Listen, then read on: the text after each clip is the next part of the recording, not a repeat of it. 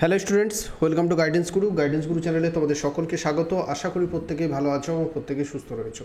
West Bengal SSC group CD পরীক্ষার জন্য আমরা যে ক্লাস শুরু করেছিলাম সেই ক্লাসের আজ হচ্ছে 41 নাম্বার জিকে প্র্যাকটিস সেট। আজকেও আমাদের প্রত্যেক দিনের মতো 25টাই প্রশ্ন থাকবে।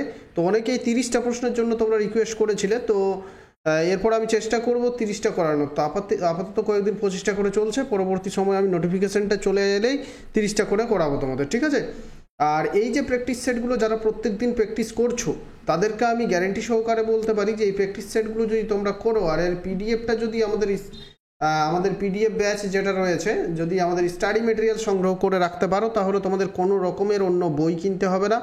এই স্টাডি মেটেরিয়াল আমরা যা দেবো, জিকে এবং কারেন্ট অ্যাফেয়ার্স, সেগুলো পড়লেই হবে। তো এখান থেকেই তোমরা সব কিছু পেয়ে যাবে। তো যদি আমাদের যে স্টাডি মেটেরিয়াল সংগ্রহ করতে চাও, তো এই যে নাম্বার, এই নাম্বারে তোমরা হোয়াটসঅ্যাপ করো, সমস্ত ডিটেলস আমরা বলে দেবো যে কিভাবে তোমরা এটা পাবে, ঠিক আছে? চলো শুরু করব। আজকের প্রথম প্রশ্নে চলে যাব আমরা। প্রথম প্রশ্ন একটা কারেন্ট অ্যাফেয়ার্স থেকে রয়েছে। কোন ব্যাডমিন্টন ডাবলস জুটি 2025 সালের মে মাসে মেজর ধ্যানচাঁদ খেলরত্ন পুরস্কার 2023 পুরস্কৃত হয়েছে? অর্থাৎ 2023 সালের যে মেজর ধ্যানচাঁদ খেলরত্ন পুরস্কার সেটা 2025 সালের মে মাসে প্রদান করা হয়েছে। তো কারা পেয়েছেন এটা কারা পেয়েছেন সেটা বলতে হবে। কারেন্ট অ্যাফেয়ার্সের প্রশ্ন, ইম্পর্টেন্ট প্রশ্ন, পরীক্ষায় আসার সম্ভাবনা রয়েছে। কারা পেয়েছেন? কারেক্ট আনসার হবে পেয়েছেন এবারে 2023 সালেরটা পেয়েছেন চিরাগ শেট্টি এবং সাত্বিক সাইরাজ। এটা সাইরাজ হবে, সাত্বিক সাইরাজ রেঙ্কি রেড্ডি।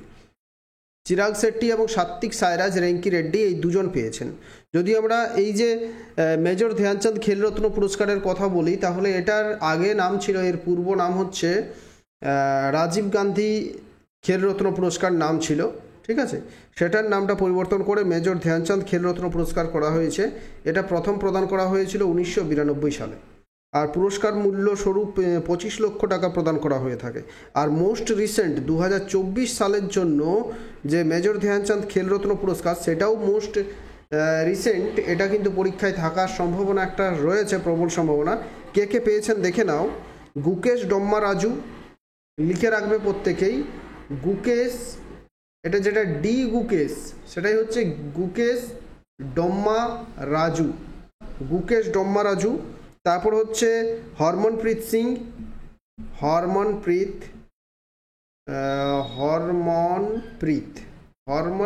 সিং। আরেকজন হচ্ছেন প্রবীণ কুমার, ঠিক আছে? প্রবীণ কুমার। আরেকজন হচ্ছেন মানু ভাকর। তো এই চারজন 2024 সালে পেয়েছেন, ঠিক আছে?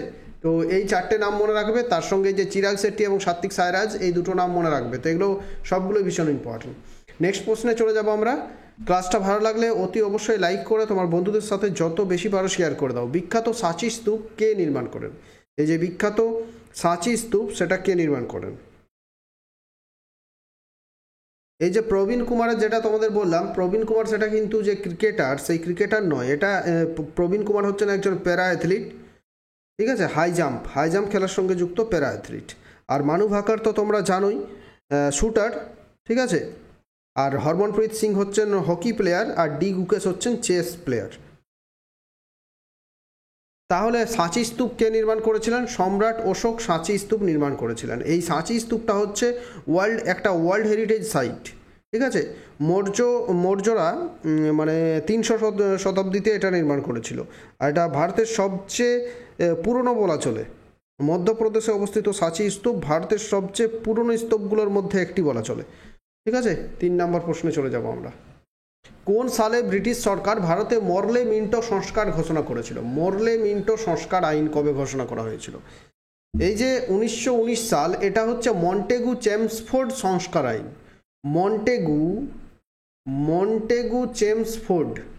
মন্টেগু চেমসফোর্ড যদি বলা হয় তখন হবে 1919, আর মরলে মিন্টো যদি বলা হয় তখন হবে 1909। তাহলে কারেক্ট আনসার হয়ে যাবে option for 1909 is the correct answer. এই দুটোর মধ্যে কিন্তু অনেক কনফিউশন হয়। মরলে মিন্টো 1909 আর মন্টেগু চেমসফোর্ড, ঠিক আছে, 1919। 4 নম্বর, কেন্দ্র সরকার কোন রাজ্যে PM অর্থাৎ প্রধানমন্ত্রী মিত্র টেক্সটাইল যোজনা এর জন্য 2100 কোটি অর্থ বরাদ্দ করেছেন? কোন রাজ্যে প্রধানমন্ত্রী টেক্সটাইল পিএম টেক্সটাইল যোজনার জন্য 2100 কোটি টাকা অর্থ বরাদ্দ করা হয়েছে? কোন রাজ্যে এটা করা হয়েছে? এটা করা হয়েছে 2100 কোটি টাকা বরাদ্দ করা হয়েছে, বলে দিচ্ছি তোমাদের, মধ্যপ্রদেশ রাজ্য হবে কারেক্ট আনসার। ঠিক আছে, মধ্যপ্রদেশ রাজ্যে 2100 কোটি টাকা বরাদ্দ করা হয়েছে। Madhya Pradesh, option B is the correct answer. এটা টেক্সটাইল যোজনার জন্য গুরুত্বপূর্ণ যোজনা, পরীক্ষার জন্য ইম্পর্টেন্ট। 5 নম্বর, নিম্নলিখিতগুলির মধ্যে কে একজন স্বাধীনতা সংগ্রামী ছিলেন যার নকশার উপর ভিত্তি করে বর্তমান ভারতীয় জাতীয় পতাকার নকশা করা হয়? বর্তমানে ভারতের যে জাতীয় পতাকা, সেই যে জাতীয় পতাকা, এই যে ভারতের জাতীয় পতাকা, ঠিক আছে, এই জাতীয় পতাকার মানে যে নকশাটা, সেই নকশাটা কে তৈরি করেছিলেন? 1921 সালে সেই নকশাটা দেওয়া হয়েছিল। ঠিক আছে, প্রথমত যে নকশাটা তিনি দিয়েছিলেন সেই নকশাটাকে রিজেক্ট করা হয়েছিল, তার পরবর্তীকালে সেই নকশার ওপরই, সেই নকশা দিয়েই কিন্তু ভারতের জাতীয় পতাকা তৈরি করা হয়েছিল এবং বর্তমানে সেই নকশার জাতীয় পতাকাই চলছে। তিনি হচ্ছেন পিঙ্গালি ভেঙ্কাইয়া, একজন ডিজাইনার ছিলেন পিঙ্গালি ভেঙ্কাইয়া, তো তিনি এটার নকশাটা দিয়েছিলেন। Option 2 is the correct answer. 6 নম্বর প্রশ্ন হচ্ছে, কোন সালে national bank for agriculture and rural development bank NABARD প্রতিষ্ঠিত হয়? নাবার্ড, নাবার্ডের পুরো নাম অনেক সময় পরীক্ষায় আসে। নাবার্ডের পুরো নাম হচ্ছে national bank for agriculture and rural development bank. অনেক সময় পরীক্ষায় দিয়ে দেবে যে এই যে নাবার্ড লেখা থাকবে, শুধুমাত্র কি লেখা থাকবে? নাবার্ড। নাবার্ড একটি কি? নাবার্ড একটি কি? কেন্দ্রীয় সংস্থা, সাংবিধানিক সংস্থা, লেখা থাকবে ব্যাংক, তারপর লেখা থাকবে কৃষি বোর্ড, এরকম অপশন দিয়ে দেবে। তো কারেক্ট আনসার হবে নাবার্ড হচ্ছে একটি ব্যাংক। প্রতিষ্ঠা হয়েছিল 1982 সালে, হেডকোয়ার্টার অবস্থিত মুম্বাই শহরে। ঠিক আছে, আর সাজি কে বলে একজন রয়েছেন নাবার্ডের বর্তমান চেয়ারম্যান। নাবার্ডের বর্তমান চেয়ারম্যান হচ্ছেন সাজি কে ভি। ক্লাসটা মানে ভালো লাগলে বেশি করে তোমরা কিন্তু ক্লাসগুলো শেয়ার করো, শেয়ার করলে ভিউজটা একটু বেশি হবে। ভুসি হ্রদ ভারতের কোন রাজ্যে অবস্থিত? ভুসি হ্রদ, ভুসি বাঁধ ভারতের কোন রাজ্যে অবস্থিত? এটা হচ্ছে মেন মেড বাঁধ, আর এটা হয়েছিল তখনকার দিনে, মানে আজ থেকে 150 বছর আগে প্রায়, যখন স্টিম ইঞ্জিন চালু ছিল। এখন তারপরে তো কয়লার ইঞ্জিন, তারপর ইলেকট্রিক ইঞ্জিন হয়েছে রেলের। ট্রেন চালানোর জন্য স্টিম ইঞ্জিন চালু ছিল, সেই স্টিম ইঞ্জিনের জলের যোগান দেওয়ার জন্য এই বাঁধটা তখন নির্মাণ করা হয়েছিল। তো সেটা হচ্ছে মহারাষ্ট্রের লোনাভালা। মহারাষ্ট্রের একটা পর্যটন কেন্দ্র হচ্ছে মুম্বাইয়ের কাছেই অবস্থিত লোনাভালা। ঠিক আছে, তো এটা লোনাভালাতে একটা নদী আছে, ইন্দ্রায়ণী নদী, সেই নদীর ওপর এই বাঁধটা নির্মাণ করা হয়েছিল। ঠিক আছে, নেক্সট চলে যাব 7 নম্বর প্রশ্ন। সম্প্রতি নিকুসার ড্যান কোন দেশের রাষ্ট্রপতি নির্বাচিত হয়েছেন? নিকুসার ড্যান, এরকম প্রশ্ন দিতেই পারে যে মার্ক কার্নি কোন দেশের প্রধানমন্ত্রী হলেন বা কোন দেশের রাষ্ট্রপতি হলেন? তিনি কানাডার হয়েছেন। তেমনি এই যে বলে দিল নিকুসার ড্যান কোথাকার হয়েছেন, ভ্লাদিমির পুতিন কোথাকার। যে কোনো রাজ্যের রাষ্ট্রপতির প্রশ্নটা বেশি পরীক্ষায় আসে। ঠিক আছে, তো 8 নম্বর প্রশ্নের উত্তর হয়ে যাবে, তিনি হয়েছেন সম্প্রতি রোমানিয়ার রাষ্ট্রপতি হয়েছেন নিকুসার ড্যান। রোমানিয়া, রোমানিয়া হচ্ছে একটা ইউরোপিয়ান কান্ট্রি। রোমানিয়ার রাজধানীর নাম হচ্ছে বুখারেস্ট। এটাও পরীক্ষায় আসে যে রোমানিয়ার রাজধানীর নাম কি, তখন বলতে হবে কি Bucharest is the correct answer. চলো পরবর্তী প্রশ্ন, 9 নম্বর প্রশ্নটা আমরা দেখব। ফ্রিকোয়েন্সির জন্য এসআই একক হলো কি? ফ্রিকোয়েন্সি, ফ্রিকোয়েন্সি মানে হচ্ছে কম্পাঙ্ক। কম্পাঙ্কের এসআই এককটা কি বলতে হবে? ফ্রিকোয়েন্সির এসআই একক কি বা কম্পাঙ্কের এসআই একক কি? কারেক্ট আনসার হবে হার্জ বা হার্তজ বা হার্জ।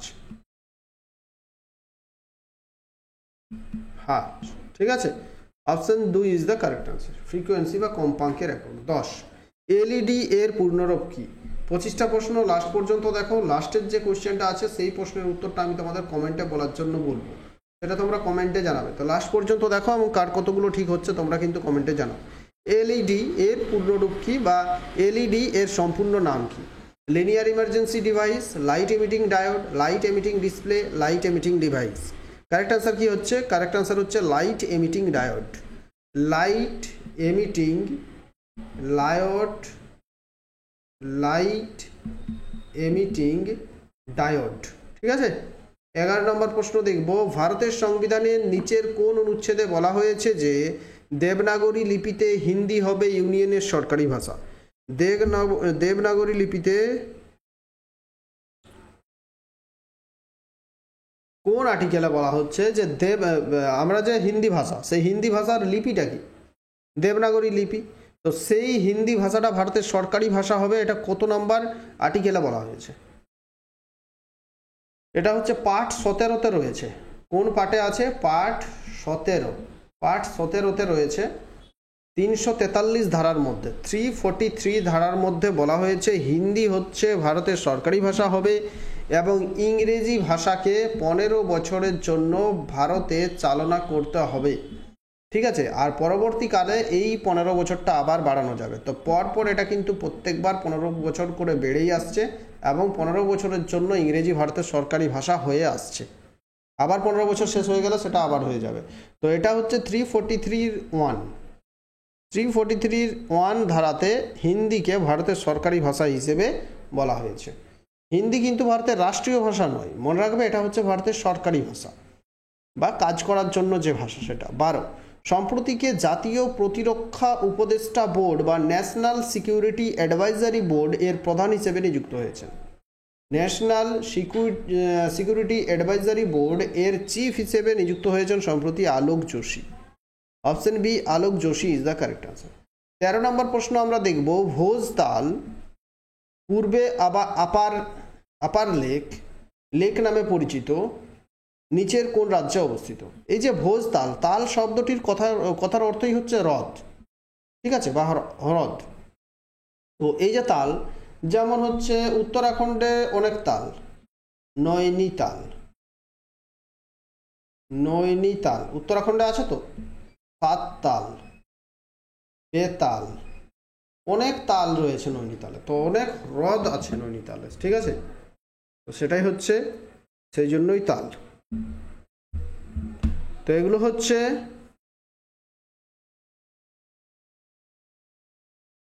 আর এই ভোজ তালটা কিন্তু মধ্যপ্রদেশের ভোপালের কাছেই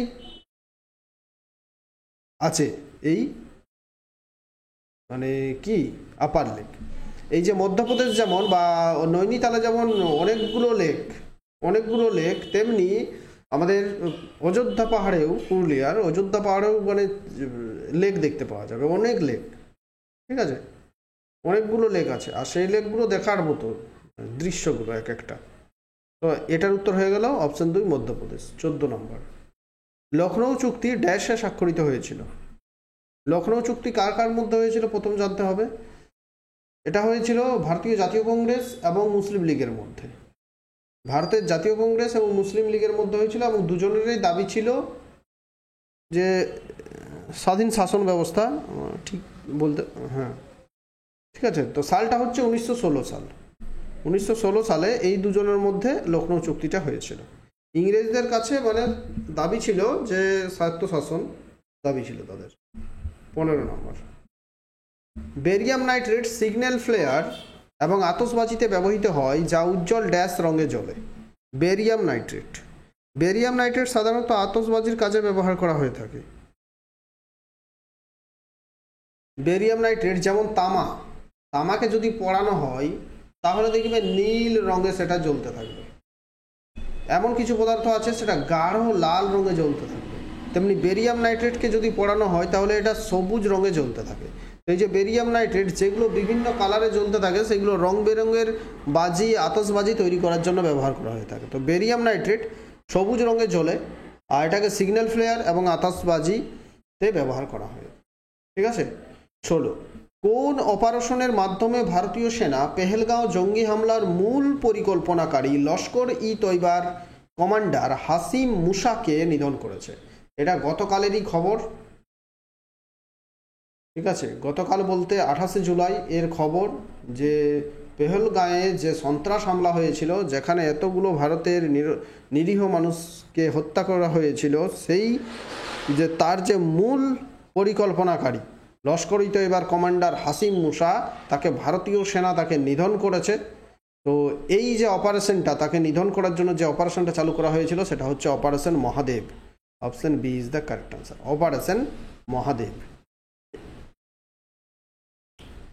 চলে যাব আরেকটা অপারেশন বর্তমানে চলছে, যেটা হচ্ছে যে কেদারনাথ যাওয়ার জন্য মানুষকে সুরক্ষিত রাখার জন্য যে অপারেশন চলছে সেটা হচ্ছে অপারেশন শিব। তারপর ছত্তিশগড়ের যে মাওবাদী এরিয়া, সেখানে মাওবাদী মুক্ত করার জন্য যে অপারেশন চলছে অপারেশন কাগার।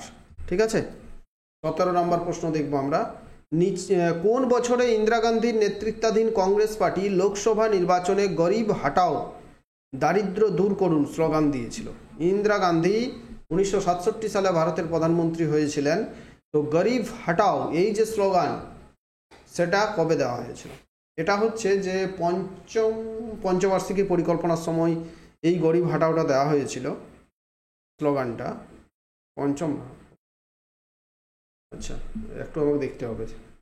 51 থেকে 56 প্রথম, 61 দ্বিতীয়, 66 তৃতীয়, 69 থেকে 74। হ্যাঁ, চতুর্থ পঞ্চবার্ষিকী পরিকল্পনার সময় এই গরিবি হাটাও স্লোগানটা দেওয়া হয়েছিল। এটাও কিন্তু পরীক্ষায় আসে যে কোন পঞ্চবার্ষিকী পরিকল্পনার সময় এটা স্লোগান দেওয়া হয়েছিল। তো চতুর্থ পঞ্চবার্ষিকী পরিকল্পনার সময় এই স্লোগানটা দেওয়া হয়েছিল 1971 সাল। আর ভারতে এমার্জেন্সি কবে হয়েছিল? 1975 সালে ভারতে এমার্জেন্সি হয়েছিল। 18 নম্বর প্রশ্ন দেখবো আমরা। রুদ্রমা দেবী ভারতের কোন রাজবংশের রানী ছিলেন? রুদ্রমা দেবী, তিনি ভারতের কাকাতিয়া রাজবংশের রানী ছিলেন রুদ্রমা দেবী। 19 নম্বর প্রশ্ন দেখব। নিচের কোন শিলা জলে ভাসে? একটা শিলা যখন অগ্নুৎপাত হয়ে থাকে পাহাড় থেকে অগ্নুৎপাত হওয়ার সময় সেগুলো জমে গিয়ে শিলাতে পরিণত হয়। সেই শিলার মধ্যে অনেক ক্ষুদ্র ক্ষুদ্র ক্ষুদ্র ক্ষুদ্র ছিদ্র থাকে, যার ফলে সেটা জলের থেকে যার ঘনত্ব কম হয় সেই পাথরটার, সেটা কিন্তু তাই সেটা জলে ভাসে। সেই পাথরটার নাম হচ্ছে পিউমাইস শিলা। এটা জলে ভাসে, এটার মধ্যে খুব ক্ষুদ্র ক্ষুদ্র ক্ষুদ্র ক্ষুদ্র ক্ষুদ্র ছিদ্র থাকে, তার জন্য জলের থেকে এর ঘনত্বটা কম, সেই জন্যই জলে ভাসে, পিউমাইস শিলা। 20 নম্বর হচ্ছে কোন রাজ্য সরকার আদিবাসী কৃষকদের বিনামূল্যে সোলার পাম্প প্রদান করার জন্য ইন্দিরা সৌরাগিরি জলা বিকাশম যোজনা চালু করেছে? আরেকবার বলি, ইন্দিরা সৌরাগিরি জলা বিকাশম যোজনা চালু করেছে কৃষকদের বিনামূল্যে সোলার পাম্প দেওয়ার জন্য। এটা কোন রাজ্য সরকার চালু করেছে? তেলেঙ্গানা রাজ্য সরকার। ঠিক আছে, অপশন এ। 21 নম্বর প্রশ্নটা দেখব। জলে অ্যাসিটিক অ্যাসিডের 5 থেকে 8% দ্রবণকে কি বলা হয়? জলে অ্যাসিটিক অ্যাসিডের 5 থেকে 8% দ্রবণকে বলা হয় ভিনিগার। খাদ্যকে সংরক্ষণ করার জন্য ভিনিগারকে ব্যবহার করা হয়ে থাকে। 22 বিইং গান্ধী এর লেখককে? এই বিইং গান্ধী বইটি কে লিখেছিলেন? ইম্পর্টেন্ট একটা বইয়ের নাম। বইটা লিখেছিলেন Paro Anand. Option 2 is the correct answer, Paro Anand. Next প্রশ্ন, প্রিটজার এটাকে বলা হয় প্রিজকার। ঠিক আছে, টয়ের উচ্চারণ হবে না। প্রিজকার পুরস্কার সাধারণত ডেসের ক্ষেত্রে প্রদত্ত নোবেল পুরস্কার হিসেবে পরিচিত হয়। অর্থাৎ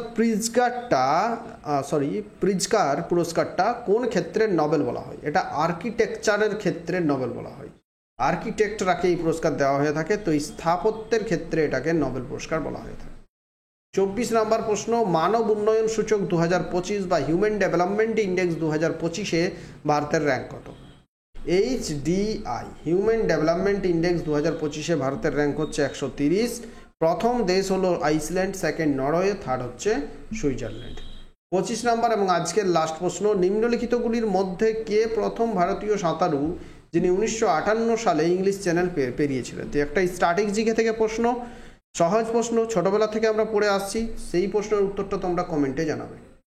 ঠিক আছে, ইচ অ্যান্ড এভরিওয়ান প্রত্যেকে কমেন্ট করে দিও নিম্নলিখিতগুলির মধ্যে কে প্রথম ভারতীয় সাঁতারু যিনি 1958 সালে ইংলিশ চ্যানেল পেরিয়েছিলেন? প্রথম সাঁতারু হিসেবে কে 1958 সালে ইংলিশ চ্যানেল পেরিয়েছিলেন? ঠিক আছে, 25টা প্রশ্ন শেষ হলো। ক্লাস ভালো লাগলে অবশ্যই লাইক করো, তোমার বন্ধুদের সাথে বেশি করে শেয়ার করে দাও, নতুন হয়ে থাকলে চ্যানেল সাবস্ক্রাইব করো। আর যদি আমাদের জিকে কারেন্ট অ্যাফেয়ার্সের যে স্টাডি ম্যাটেরিয়াল সংগ্রহ করতে চাও তাহলে এই নাম্বারে হোয়াটসঅ্যাপে মেসেজ করো। আমাদের পেড গ্রুপে জয়েন করতে হবে। কত টাকা পেমেন্ট করতে হবে না? 399 এখনও অফার চলছে। 399 টাকা পেমেন্টের মাধ্যমে আমাদের পেড গ্রুপে জয়েন করাবো, আর সেই গ্রুপে তোমরা সমস্ত জিকে কারেন্ট অ্যাফেয়ার্সের স্টাডি মেটেরিয়াল পাবে। Thank you.